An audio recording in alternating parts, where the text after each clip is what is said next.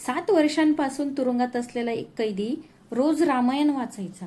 पण ज्या दिवशी एक 9 वर्षांची मुलगी त्याला भेटायला आली तेव्हा संपूर्ण तुरुंग रडला. 7 वर्षांपासून तुरुंगात असलेला एक कैदी रोज रामायण वाचायचा. एके दिवशी तुरुंग रक्षकाला कळले की त्याने तो गुन्हा का केला होता. सीतापूर जिल्हा कारागृह, उंच भिंती, लोखंडी गंज आणि शांतता. बॅरेक क्रमांक 7 मध्ये 42 कैदी होते. त्यापैकी एक होता कैदी क्रमांक 29 राघव शुक्ला. 38 वर्षांचा, सडपातळ दाढीवाला आणि नेहमी खाली मान घालून बसलेला. रामायण हे राघवचे वैशिष्ट्य होते. तो पहाटे 4 वाजता उठायचा, आंघोळ करायचा आणि तुरुंगातील देवघराच्या कोपऱ्यात बसायचा. तो फाटलेले आणि जीर्ण झालेले रामायण उघडून त्याचे पठण करायचा. आवाज मंद पण स्पष्ट आहे. इतर कैदी त्याला हसायचे. पंडित, रामायणाचे पठण केल्याने तुमची शिक्षा कमी होणार नाही. तुम्हाला 20 वर्ष तुरुंगात काढावीच लागतील. राघवने उत्तर दिले नाही. पठण झाल्यावर तो रामायण आपल्या कपाळावर ठेवून आपल्या बराकीत परत जायचा. तुरुंग रक्षक अविनाश सिंग, वय 50, कणखर अधिकारी. 25 वर्षांच्या सेवेत त्यांनी सर्व प्रकारे काम केले आहे. मी माझ्याच वयाचे कैदी पाहिले होते. पण राघव विचित्र होता. भांडण नाही, शिवीगाळ नाही, पळून जाण्याचा प्रयत्न नाही, फक्त रामायण. राघवच्या फाईलमध्ये लिहिलेलं कलम 302, खून. 2019 मध्ये लखनौच्या गोमती नगरमधील बिल्डर विजय अग्रवाल. पत्नी आणि 2 वर्षाच्या मुलाची हत्या. मुलीसमोर गोळ्या झाडल्या. कोर्टाने जन्मठेपेची शिक्षा सुनावली. जेलर अविनाशला आश्चर्य वाटले. रामायण वाचणारा माणूस एका कुटुंबासमोर खून कसा करू शकतो? त्याने जुन्या कॉन्स्टेबल शिवरामला विचारले. साहेब, हा माणूस कोर्टातही गप्प होता. त्याने वकील नेमला नाही. तो स्वतःच म्हणाला, हो, मीच खून केला. बस एवढंच. त्याने का खून केला हे सांगितले का? नाही साहेब. न्यायाधीशांनीही विचारले. ते म्हणाले, कारण विचारू नका, फक्त मला शिक्षा करा. अविनाशचा गोंधळ वाढला. राघव 3 वर्षांपासून तुरुंगात होता. हळूहळू त्याने बॅरेकमधील वातावरण बदलले होते. जे कैदी शिवीगाळ करायचे ते आता हळू आवाजात बोलायचे. रामायणानंतर राघव प्रत्येकाला एका शेराचा अर्थ समजावून सांगायचा. कर्मप्रधान त्याने त्या चौकडीचा अर्थ समजावून सांगितला.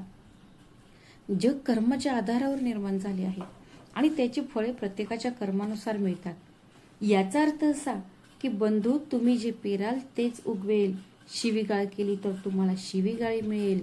प्रेम केले तर तुम्हाला प्रेम मिळेल. छोटू नावाचा 19 वर्षांचा मुलगा चोरी करत असे. राघवने त्याला मुळाक्षरे शिकवली. आता छोटू रामायण वाचू शकत होता. तुरुंगात भांडण झाले तर ओरडा हाक मारायचा. पंडितांना बोलवा. राघव काही वेळी ओळी बोलायचा आणि मारहाण थांबायची. जेलर अविनाश हे सर्व फात विचार करायचा. हा माणूस बाहेर असता तर त्याने कितीतरी घरं वाचवली असती. पण त्याने एक घर उद्ध्वस्त केलं का? मार्च 2025, होळीचा दिवस. तुरुंगातील कैद्यांना घरून पत्र मिळतात. राघवला कधीच पत्र मिळालं नाही. पण त्या दिवशी एक पाकिट आले. पाठवणारी होती अनन्या अग्रवाल, इयत्ता 6वी, सेंट मेरी स्कूल, लखनौ. तुरुंग रक्षकाला धक्काच बसला. अग्रवाल तीच विजय अग्रवालची मुलगी. नियम असा होता की पत्र देण्यापूर्वी तुरुंग रक्षक ते वाचून घेत असे. अविनाशने पाकिट उघडले. काका, तुम्ही मला ओळखत नाही. मी अनन्या. बाबा, विजय अग्रवाल यांची मुलगी. आई म्हणते तू माझ्या वडिलांना मारलंच.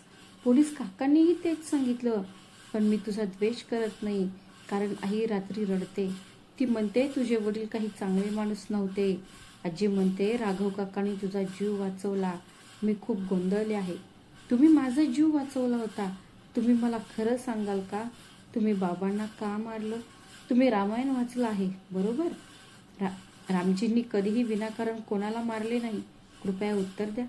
अनन्या. अविनाशचा हात थरथरत होता. त्याने ते पत्र राघवला दिले. राघवने ते पत्र वाचले. पहिल्यांदाच त्याचे डोळे पाण्याने भरले. त्याने ते पत्र कपाळाला टेकवले आणि तुरुंग रक्षकाला म्हणाला, साहेब, मी याचे उत्तर देऊ शकतो का? हो, पण आधी सत्य काय आहे ते सांगा. राघव गप्प राहिला. मग तो म्हणाला, साहेब, सुंदरकांडाचे पठण उद्या पूर्ण होईल. त्यानंतर मी तुम्हाला सांगेन. मी 7 वर्षांपासून या दिवसाची वाट पाहत आहे. पुढे सकाळ. तुरुंगाच्या मंदिरात सुंदरकांड. राघव. तुरुंग रक्षक अविनाश सुद्धा खाली बसला. धडा संपला. राघव तुरुंग रक्षकाच्या खोलीत आला. साहेब, मी बसू का? हो राघव, आता मला सांग. राघवने एक दीर्घ श्वास घेतला. साहेब, मी लखनौमध्ये ड्रायव्हर होतो, विजय अग्रवाल यांच्या घरी. त्यांनी 8 वर्ष काम केले. तो बांधकाम करणारा होता, पण माणूस नव्हता. तुमचं काय म्हणणं आहे? सर, विजय अग्रवालची पत्नी श्रीमती कविता खूप सभ्य होत्या. मुलगी अनन्या तेव्हा 2 वर्षांची होती. पण विजय दारू पिऊन त्या दोघींना मारायचा. मी अनेकदा मध्ये पडलो. मला नोकरी जाण्याची भीती होती, पण मी गप्प बसू शकलो नाही. मग एके दिवशी 5 मार्च 2019 तो होळीचा दिवस होता. विजय दारूच्या नशेत होता. कविता मॅडमने घटस्फोट मागितला. विजय म्हणाला, मी तुम्हाला घटस्फोट देईन, पण आधी मी तुम्हाला आणि तुमच्या मुलीला ठार मारेन. तुम्हाला विम्याचे पैसे मिळतील. राघवचा आवाज दाटून आला. त्याने पिस्तूल बाहेर काढले. मॅडम घाबरून खोलीत पळून आल्या. अनन्या पाळण्यात झोपली होती. विजय पाळण्याकडे गेला. तो म्हणाला, मी आधी हिला संपवतो. मी स्वयंपाकघरात होतो. मी सगळं ऐकत होतो. माझ्या हातात काहीच नव्हतं. विजयने ट्रिगरवर बोट ठेवलं. साहेब, त्या क्षणी मला रामायणातील ती ओळ आठवली. भाऊ, दुसऱ्यांना मदत करण्यापेक्षा मोठा धर्म नाही. दुसऱ्यांना दुःख देण्यापेक्षा मोठं पाप नाही. चांगले करण्यापेक्षा मोठा धर्म नाही. आणि इतरांना दुखावण्यापेक्षा मोठे पाप नाही. मी धावत सुटलो. विजयचे परवाना असलेले रिव्हॉल्वर गेटजवळ पडले होते. मी ते उचलले. मी त्याला इशारा दिला, साहेब थांबा, मुलीला गोळी घालू नका. तो हसला. तू ड्रायव्हर, मला थांबवणार का? त्याने पाळण्याघरावर एक गोळी झाडली. राघव निशब्द झाला. मग जलरने विचारले, मग मी गोळी झाडली साहेब, थेट छातीत. विजय तिथेच खाली कोसळला. अनन्या वाचली. हो साहेब. गोळी पाळण्याच्या बाजूने गेली. मी धावत जाऊन अनन्याला उचलले. कविता मॅडम बेशुद्ध होत्या. मी पोलिसांना फोन केला. म्हणालो, मी तिला गोळी मारली आहे. राघव, तू हे सगळं कोर्टात का नाही सांगितलंस? ते आत्मसंरक्षण होतं. शिक्षा कमी झाली असती. राघव मंदपणे हसला. सर, कविता मॅडमची अवस्था खूप वाईट होती. पोलिसांनी चौकशी केली तेव्हा त्या घाबरल्या होत्या. विजयचं कुटुंब खूप शक्तिशाली होतं. ते म्हणाले, जर मी साक्ष दिली तर हे लोक माझ्या मुलीला मारून टाकतील. मी मॅडमला म्हणाले, तुम्ही गप्प बसा. अनन्याला वाढवायचं आहे. तिची काळजी घेईल. सर, मला ते करावंच लागेल. साहेब, आपल्या मुलीसाठी खोटं बोलणाऱ्या आईपेक्षा मोठं पाप दुसरं नाही. ते पाप मी स्वतःवर घेतलं, पण तुम्हाला तर 20 वर्षांसाठी तुरुंगात टाकलं आहे. साहेब, मी बाहेर असतानाही खरंच स्वतंत्र होतो का? प्रत्येक रात्री मला वाटतं, जर मी तिथे 2 सेकंद आधी पोहोचलो असतो तर गोळी सुटली नसती. तुरुंग मी निदान प्रभू रामासोबत तरी आहे. अविनाश थक्क झाला. फाईलवर खून असे लिहिलेले होते, पण प्रत्यक्षात संरक्षण होते. हो, तसंच होतं. त्याने एसपींना फोन केला. सर, केस पुन्हा उघडता येईल का? अविनाश, 7 वर्ष झाली आहेत. कोर्टाचा निर्णय आहे. आता आम्ही काय करू शकतो?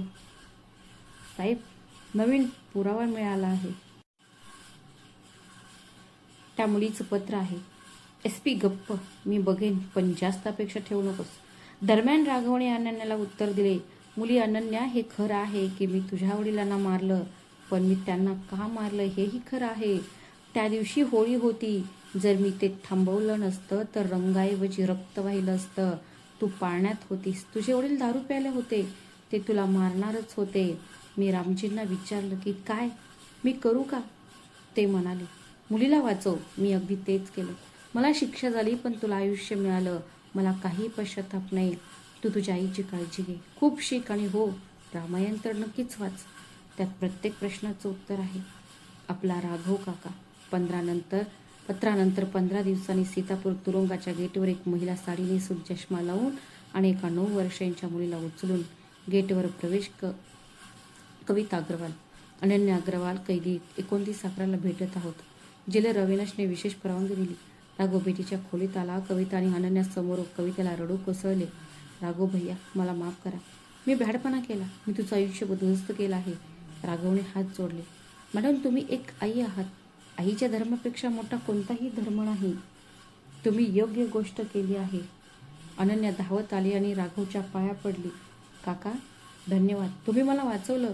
राघवने तिला उचलून घेतले आणि तिच्या डोक्यावरून हात फिरवला. बाळा, धन्यवाद म्हणू नकोस. तू आनंदी राहा. अशीच मी माझी शिक्षा भोगेन. कविताने एक फाईल बाहेर काढली. साहेब, हे माझं निवेदन आहे. 7 वर्षानंतर का होईना, मी आता सत्य सांगेन. मी ते न्यायालयात देईन. राघव भैया निर्दोष आहे. कविताच्या निवेदनाने खळबळ उडाली. माध्यमांमध्ये बातमी आली. ड्रायव्हरने मालकाला का मारले? 7 वर्षानंतर रहस्य उघड झाले. उच्च न्यायालयाने दखल घेतली. पुनर्विचार करण्याचे आदेश दिले. अनन्याही तसेच केले. तिने न्यायालयात सांगितले, काकांनी मला वाचवले. जुन्या नोकरांनीही साक्ष दिली. साहेब माझ्या पत्नीला आणि मुलांना मारहाण करायचे. बॅलिस्टिक अहवालातून हे सिद्ध झाले की विजयनेच पाळण्याच्या दिशेने पहिली गोळी झाडली होती. हा खटला 16 महिने चालला. जानेवारी 2026 न्यायाधीशांनी निकाल दिला. राघव शुक्लाने गुन्हा केलेला नाही. त्याने आपले कर्तव्य बजावले. संरक्षण आणि अल्पवयीनांचे संरक्षण. न्यायालयाने त्यांना सन्मानपूर्वक निर्दोष मुक्त केले आहे. राज्य सरकारने 7 वर्षांच्या शिक्षेची भरपाई करावी. न्यायालयात टाळ्यांचा कडकडाट झाला. राघव शांत होता. त्याच्या डोळ्यात अश्रू होते. 26 जानेवारी 2026 सीतापूर कारागृहाचे प्रवेशद्वार. राघव बाहेर आला.